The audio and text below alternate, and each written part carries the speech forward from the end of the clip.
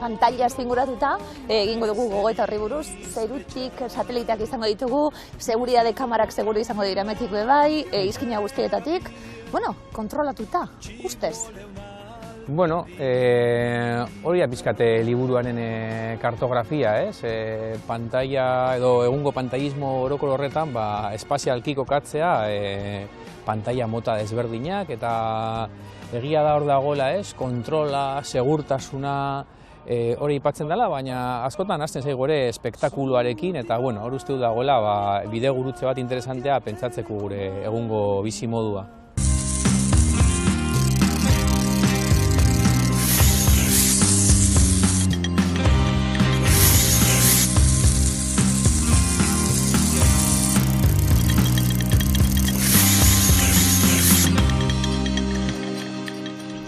Inigo, mandamendu hipermodernoak eta gero, saiakera arrakastatsua eta gero, dator pantailen garaipena. Bueno, zentzu batean uste dut jarraipen badela, ez?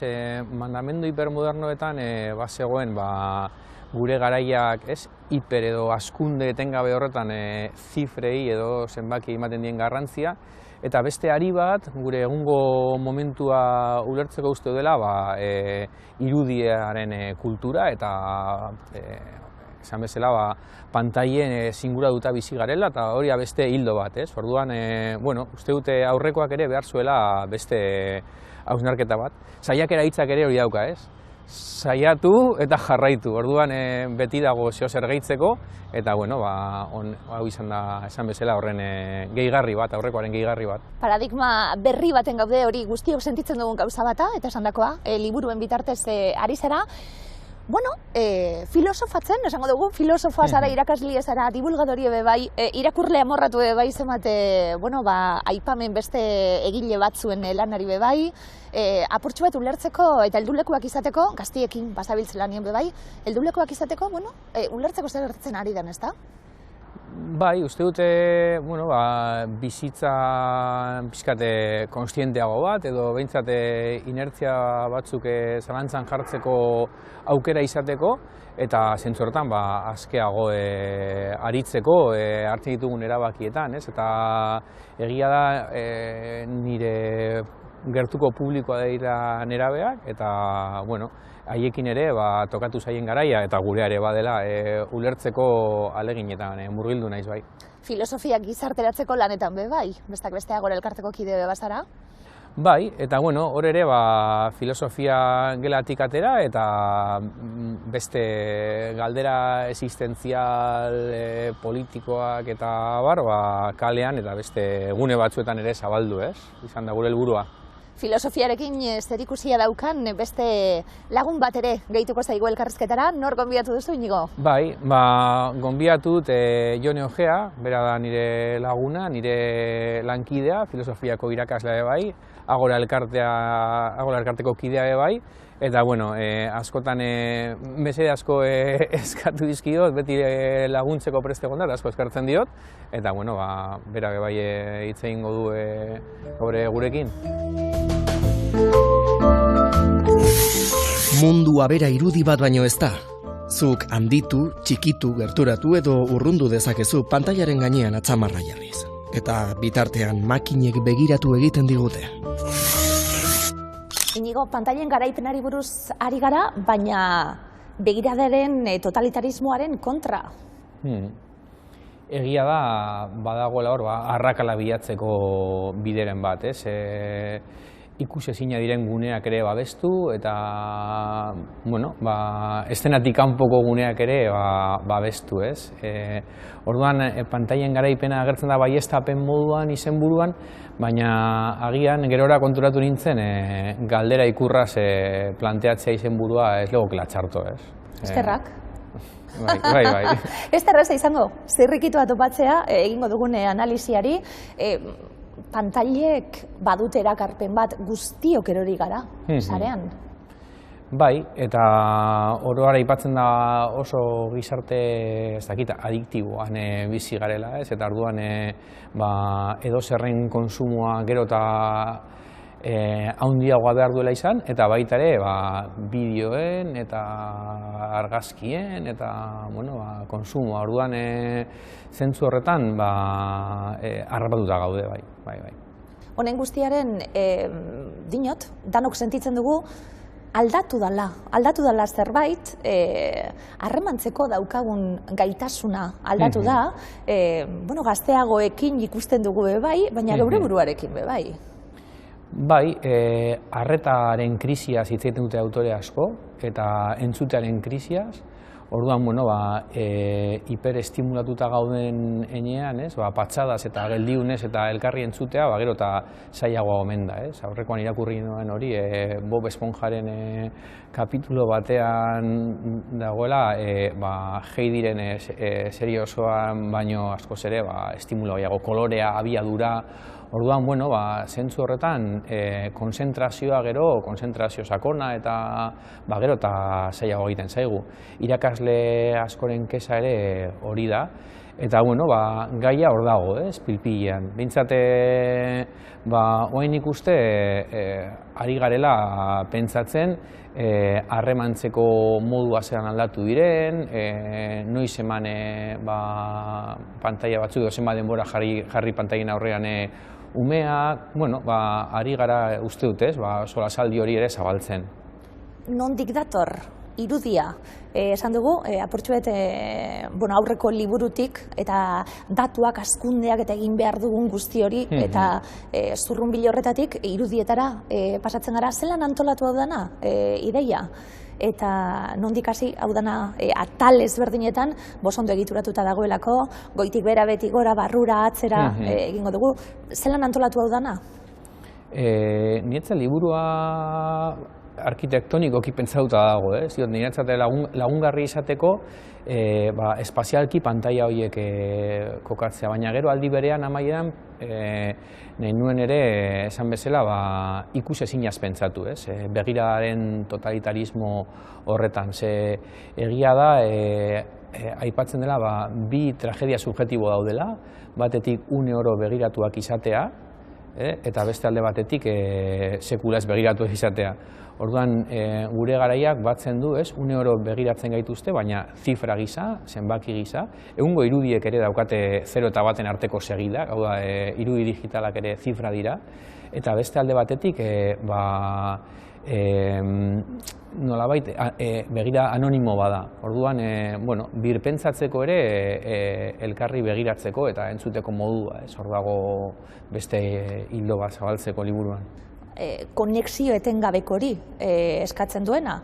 Azkenien, zeuk zero burua erakusten baduzu, begira zauzelako bai nor dagoen begira etengabeko zurrunbilo horretan. Bai, eta gero ere, ze enpresa erraldoi dauden guzti horren atzean, uste dut mahai gainean jarri behar dela. Erabateko konexio hori ere bada egungo datuen eta arretaren ekonomiaren oinarria. Orduan, agian ere gure aisialdian, gure denbora librean, ari gara lanean enpresa horiei datuak ematen, eta batzutan tarteka deskonexio guneak topatzea izan daiteke zer subversiboa, zergatik ez. Negozio erraldoi hori, harimuturra asko daude bai, nola deskribatuko dugu kapitalismo digital hori? Esan bezala, gu gara zifrak, batez ere, eta datuak eskuratzeko kontsumitzaileak eta aldi berean konsumituak gaude, horrekin. Eta, esan bezala, gure harremantzeko modua erabat aldatu da, bapatekotasuna da nagusi, eta agian mezuak eta erantzuteko bapatekotasun horretan galtzen dugu pixkatxo bat, hausnarketarako denbora, gertatzen zaiguna subjektibatzeko denbora. Hore, Jacques Lacan psikoanalista planteatzen ditu denboraren hiru une logiko, dago ikusteko momentua, ulertzeko momentua eta amaitzeko momentua. Eta uste dut, ulertzeko momentu hori nolabait ezabatzen ari garela abiadura azkar honetan. Ez da erreza liburu bat bakarrik aholkatzea bibliotekan dagozan liburu guztien artean. Nik aukeratu dut Chesterton idazlearena, aspaldi hil zan, eta bere bizitza novela bat da, benetan aintzatartzekoa, eta bere lan guztien artean Aita Bronen ipuinak. Oso gitzi dagoz euskaratuta, baina gustatzen jat aldetik ipuin bakoitzadekolako trama poliziako bat, zeus erasmatu behar da, edo argitu behar dugu nori izendan edo zergaitik, zelan egindan, baina beti humoreaz, ironiaz, eskuleunaz, sasoiko gizartearen kritika bat eginaz oso polita eta erakargarria. Ez da gainera, bizitza, sentitzen duguna, espektakulutik kanpo geratzen dana, hori da azkenien gainera betetzen gaituena, nola uztartu hau dana, kanpoan geratzea be oso zaila dalako, esaten gabiltz, zirrikitu batzu topatuko ditugu, baina nola egin, hau ez daukagu eskutalekurik, erakusten dugun momentuan, garen guztia ez daukagu eskutalekurik. Bai, eta zi importante egin eskutalekuak, hori ere pedagogikoki eta psikologikoki aipatzen da, umeek momenturen batean uste dutela haien helduek edo gurasoak haien pentsamenduak ikusten ditugula, ez? Eta zi importantea den sentitzea ikusezina den gune bat. Ez dakite zer pentsatzen nagoen, behintzat hor dago intimidaderako gune bat, ez? Eta modu bat hori testatzeko da gezurrak esatea, ez? Gezurto bat esan aldut eta ez naute harrapatu, ez? Eta, bueno, izkutaleku horiek, ez, zentzu psikologikoan, uste dut, babesteko guneak ere badirela, eta hala ere, irudiaren totalitarismo honetan, pentsamendua bera, burmuinaren argazki gisa saltzen digute, ez? Eta kuriosoa da, umeekin gaudela, haiek normalean pentsatzeko gunea ez dutela buruan edo burmuinan jartzen, baizik eta zerekin pentsatzen dugu eta ahoarekin, ez? Agian belarriarekin ere bai, ez? Elkarri entzuten eta elkarrekin solasaldian. Fokuak aldatzeko, momentu baten, memoria be argazkiekin lotzen dugulako orain, baina memoria be beste gauza bata. Zer ulertzen dugun, eta zer gogoratzen dugun, eta zer gertatu zen. Orain daukagun, milaka eta milaka argazkiren artien. Bai, memoriaren eredu bat nagusitu zaigu dela memoria zibernetiko hori, ez? Eta iaia oso ikuspegi bisualarekin, baina egia da, bizirik dagoen memoria beste poetika bat daukala. Eta gogoratzen ditugun, ez dakit, ez? Usainak edo hitzak edo sensazioak edo uste dut askoz konplexua dela memoria. Eta paradoja bat bada ere, agian gaur egun dena grabatzen dugula, gero berriro ikusteko astirik ez badaukagu ere, eta agian benetako memoriaren kontra egiten duela horrek, ez? Jateko bat, usain bat, esaten gabiltzena, eman etzen musu bat, esaten zu, zerekin gogoratzen gara, baina gaur egun zertara bideratuta gauden, datorren bat atzetik, inigo bizi izan ez duena, telefono gabeko eta irudi gabeko sasoi hau, nola ulertu dezake, hau guztia, nola ulertarazi, hortik kanpoko lekutsu batzuk behar ditugula? Neri hor, Lola Almendros eta Javier Etxebarria daukate liburu bat teknopertsonak deitzen dena, eta aipatzen dute pixkat ez, eremu digitalaz gain, halako oreka baten bila edo, badaudela beste eremu batzuk, urbanistikoak, herriko plazak, hor elkarguneak, baita ere esparru naturalak eta noizbehinka paseo bat eman ondartzatik, mendi erten, oso gauza sinpleak aipatzen ditut, baina, nola dastatu ere, hortik kanpoko beste inguru eta harreman batzuk, ez? Orduan, nik uste horretarako desira piztea tarteka eta horrelako esparruak ara joatea eta bizitzea horrek piztuko dituela mintzat ahaztea momentu batzuetan gune digital horretaz eta bizitza aberazgarriago baten alde egingo duela. Hala ere, garaikoa, begiradari begira, itzaurrea Olatze Mitxelenak idatzita eta apurtxo bat esaten du bai, azkenien bizigaren garaian bizigara, atzera begiratzea oso ondo dago ikasteko nondik gatozen, baina ezinezkoa da ja, atzera egita eta kudeatu beharko dugu, daukaguna dagoen argilun hauekin guztiekin, baina dinot, radiografia orokor hori oso kontrolatuta eta alkarren mesfidatik gauden sasoi honetan, claro, nola egin aurre gero datozkigun gauza handiei, larrialdi klimatiko bati, pandemia bati, gero horri egiteko gai eskara, edo ez dugu nahi, edo ze kontra esan hori be bai. Bai, hor daude, puntu desberdinak, ez? Batetik aipatzen duzun arriskua liburua modu nostalgiko batean irakurtzeko, eta egungo garaiari buruz egiten den analisi baten inguruan, halako tentazio bat, esateko aurreko garaiako beagoa ziren, ez? Ez nuke nahiko horretan jauzi, ez dago nora itzuli, eta, daukagunarekin zeran asmatu bide atseginagoak eta bizigarriagoak hori iztu dela kontua, ez? Baina egia da,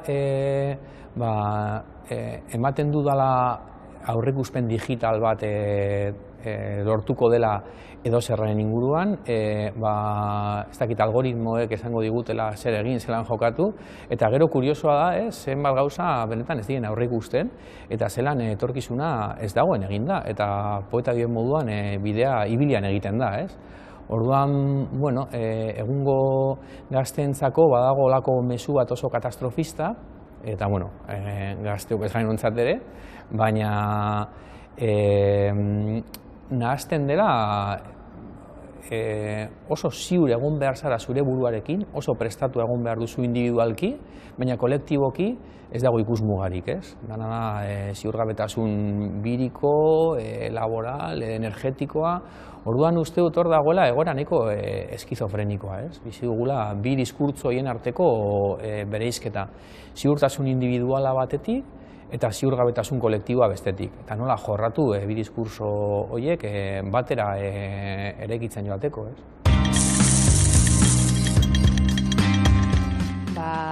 Nabokoven Lolita esango dut, oraindik ez duelako amaitu, baina harrapatze betean naukalako momentu hontan.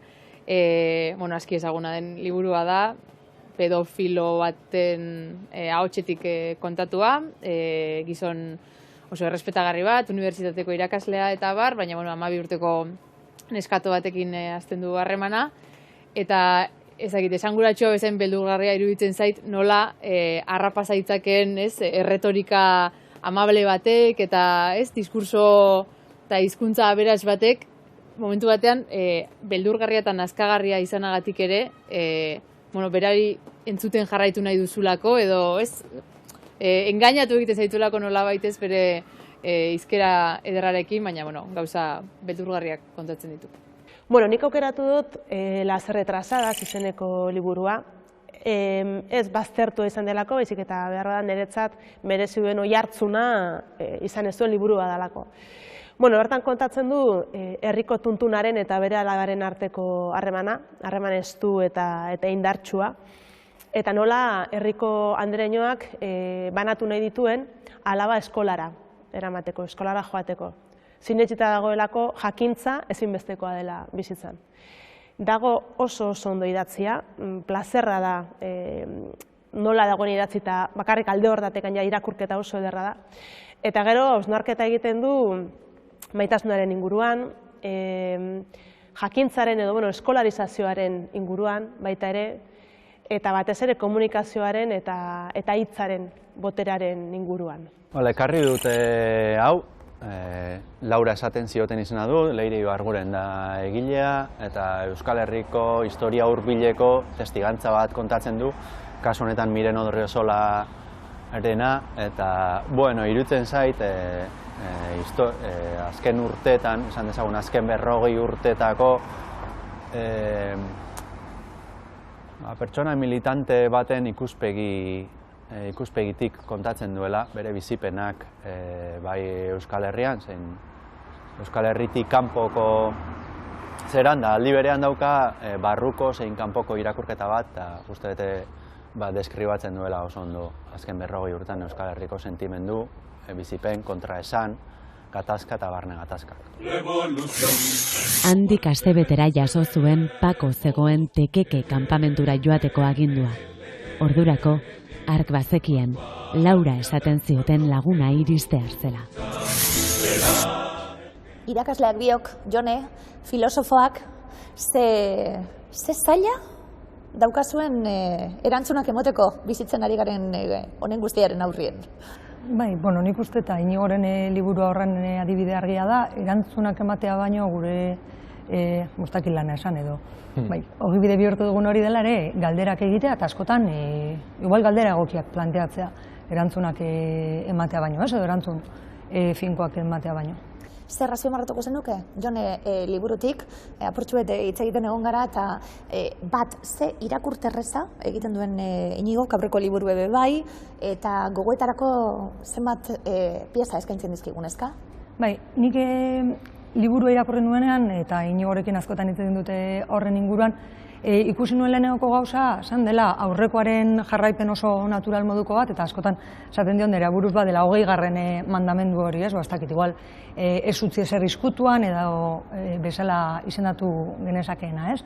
Eta gero, bai aurreko liburuan bai honetan, nik uste Inigok oso argi transmititzen duena da, lortzen duela hitzak jartzea, ez? Edo zentu batean mesede bat egiten digula guztioi, ze bizipenak, burutazioak, partekatzen ditugunak ziurrenik gutako askok, horiei izen bat eta ordena bat ere ematen dira. Orduan uste dut, gure garaiaren diagnosi bastante zorrotza egiten duela, gainera pila bat datuz lagunduta, eta orduan egoeraren marko eta argazki oso argia ematen digu, baina baita ere, askotan alako saiak ere badute beste kutsu apokaliptikoago bat, eta nik uste dut beti Inigo ikusten duela zabalik, eta esperantzari edo atetxo hori esango nuke.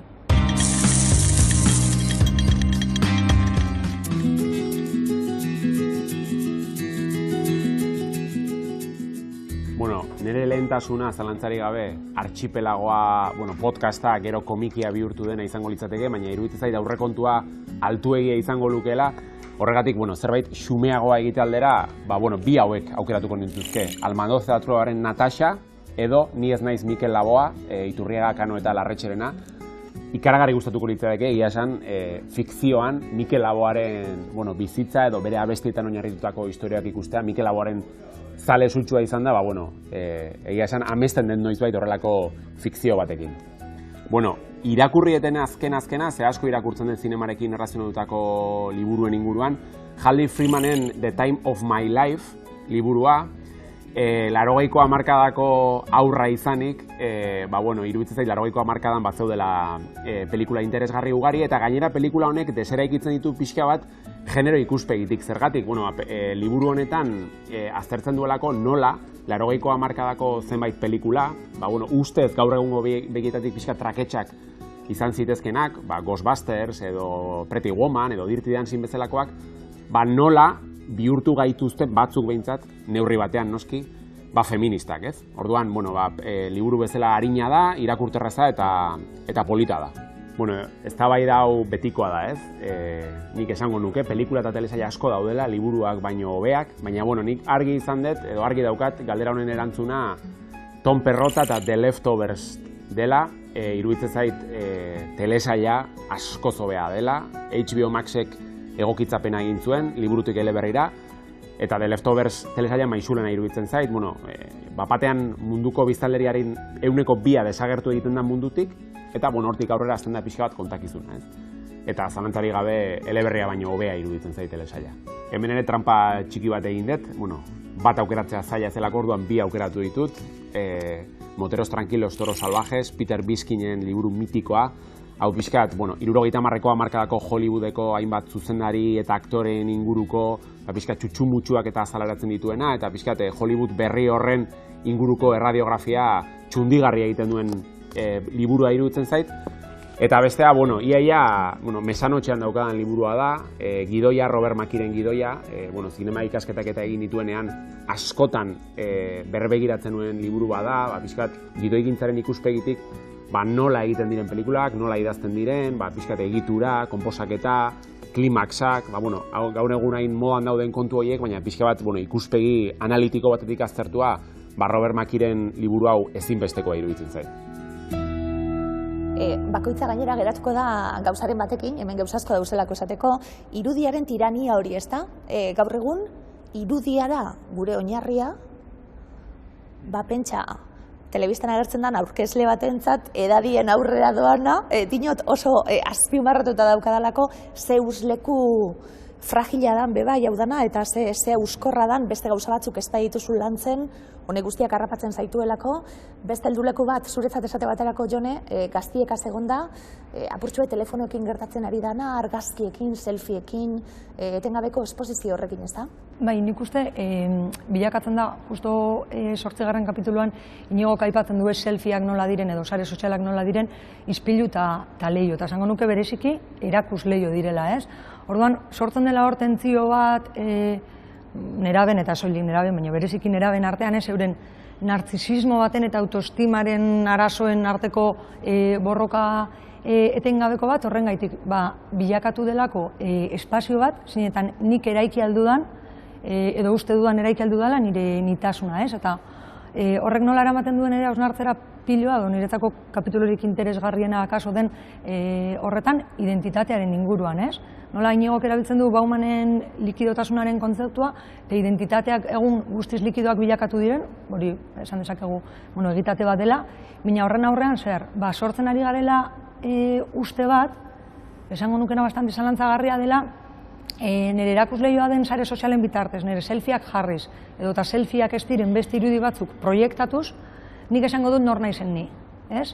Identitatea azten ez lehen bezain solidoa, eraikiko dut eta sortu da.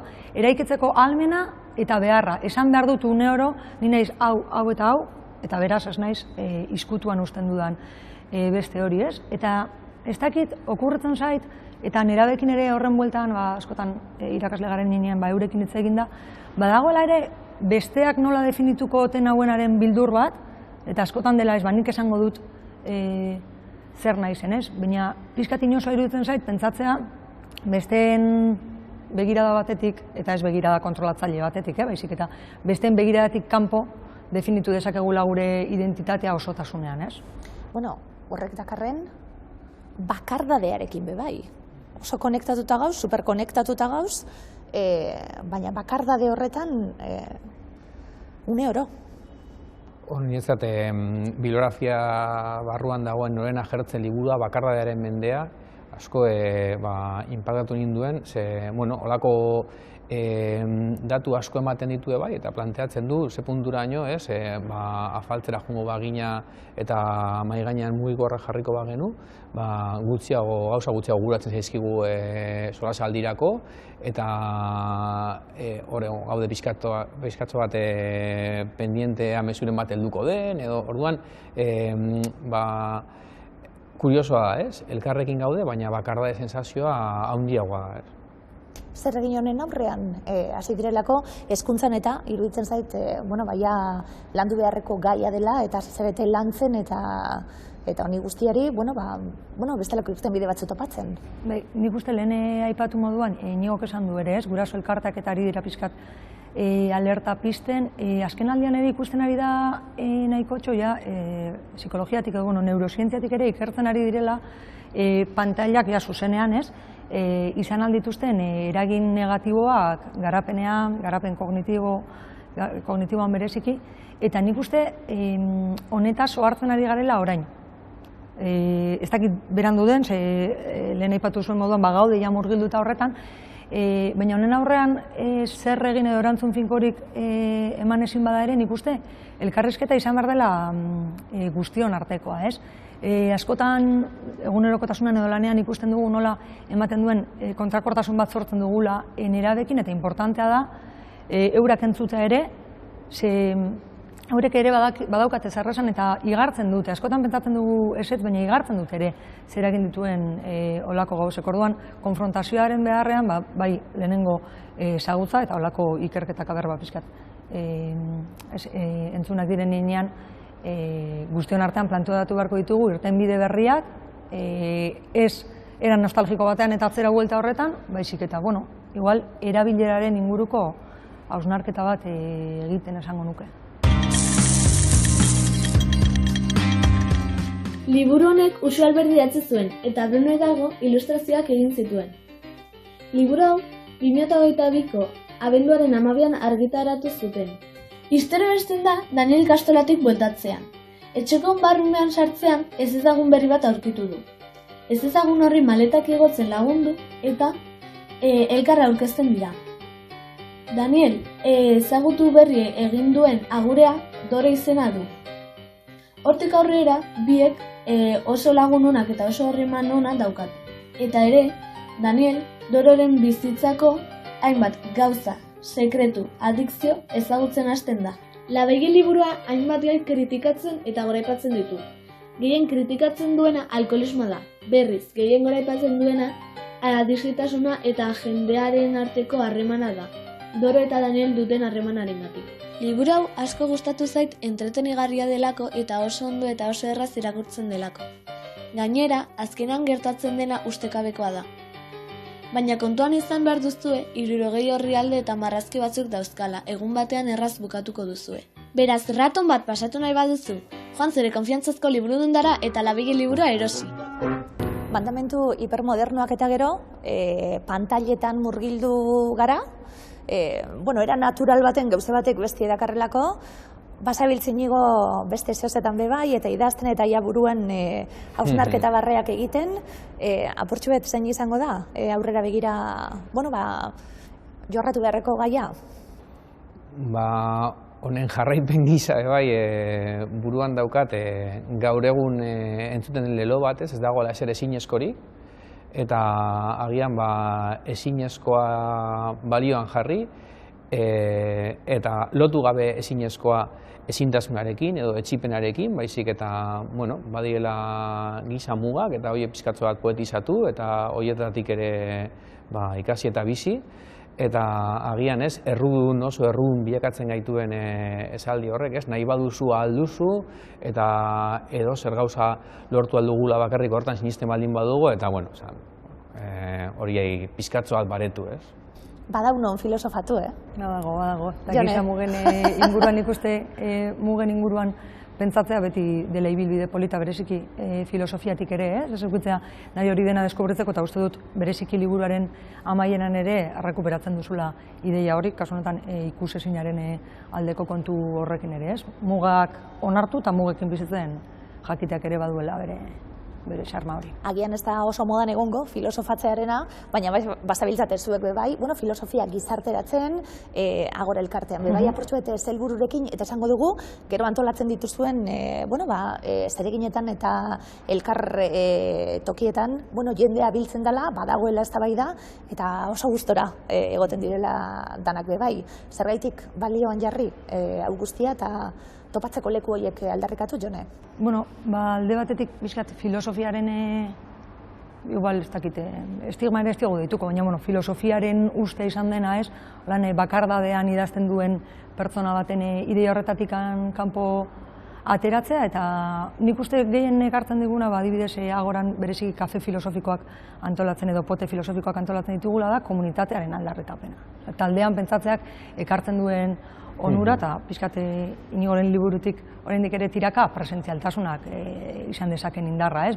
Horre egiten duguna da bildu, taldetxo desberdinetan, bai Bilbon, Gipuzkoan ere Tolosaldean eta biltzen gara, Gasteizen, Iruñan pare bat atera dira ere azken aldian, eta helburua da denon artean hausnartzea gaian etzen inguruan, eta horrela komunitatearen indarra markatu alde batetik, eta gero pentsatzea ere lantzen ditugun gaiak ez direla horre, ez dakit, gai bitxiak edo egunerokotasunetik ateratakoak, baizik eta, edo nork heltzeko moduko gaiak lantzen saiatzen garela esango nuke. Bai, eta gero etortzen dira gazte kuadria batzuk eta errepikatzen dute, beste lagunen batek hartzen dute, guretzat ere harrigarri izan da, azken 3 urteetan antolatzen ditugun Bilbon behintzat, ez, kafe filosofikoietara, datorren jendea, eta uste dut, badauka gero eragin bat, nahiko alaia, biziposarena, gero jendea gelditzen da beste pote bat hartzen, gaiari buruz oraindik ere zeozer komentatzen, eta ez nuke jakingo zer daukan, baina zerbait dago hor, ez? Eta, bueno, agian jakingo bagenuera zer den, ez genuk egingo, baina ez dakigunez ere, hortze jarraitzen dugu, ez? Luisa Yousfi kazetariarentzat formula magikoa bilakatu zen Kateb Yassin Algeriar idazlearen Barbaro iraun beharrean aldarrikapena, eta horretan oinarrituta mendebaldeko gizarteetako barbaroen kondizioari buruz hausnartutu saiakera honetan. Itziar Die de Ultzurrun izan da itzultzailea. 300 urte iraun zuen Ameriketan Gaztelako koroaren okupazioak, lapurreta eta genozidio handienetako bat sortuz. Sarraski hartan parte hartu zuten euskaldunak egon baziren, abenturazale eta mertzenarioak, baita askatzaileak ere. Horretaz guztiaz idatzi du larreak. Irakurtzeko, jolasteko eta emozioak lantzeko sortua den liburua. Ipuinak biren artean kontatzeko diren arren, helburu nagusi bat du liburuak. Aurrek pertsonaien emozioak identifikatzen jakitea. Pantaila baten aurrean nago egungo pantailismo orokorra zalantzan jartzen. Pixkat paradogikoa, ez da? Bueno, giza bizitza paradojaz beteri dago. Kontua da, paradoja horiek galdera emankor eta bidea egiteko zalantza aproposak bilakatzea. Garai batean, telebista elkarbizitzaren kalterako zela entzuten genuen. Egun aldiz, kuriosoa da, ez? Ematen du, etxe bizitzako lagunak bateratzeko baliogarria dela. Ohikoagoa delako, bakoitzak bere smartphonean, bere ordenagailuan, bere tabletaren aurrean egotea. Ez dakit hori gizarte gero eta individualistagoaren sintoma ote den, kontsumitzaile moduan erabat askea garen nahi dugun egiteko, eta ze punturaino askatasunaren ideia hori egungo neoliberalismoaren atzaparretan jauzi denez. Horregatik agian badira bi galdera momentuari aurre egiteko, batetik zertan datza komunitatea, eta bestetik zer da gorputza.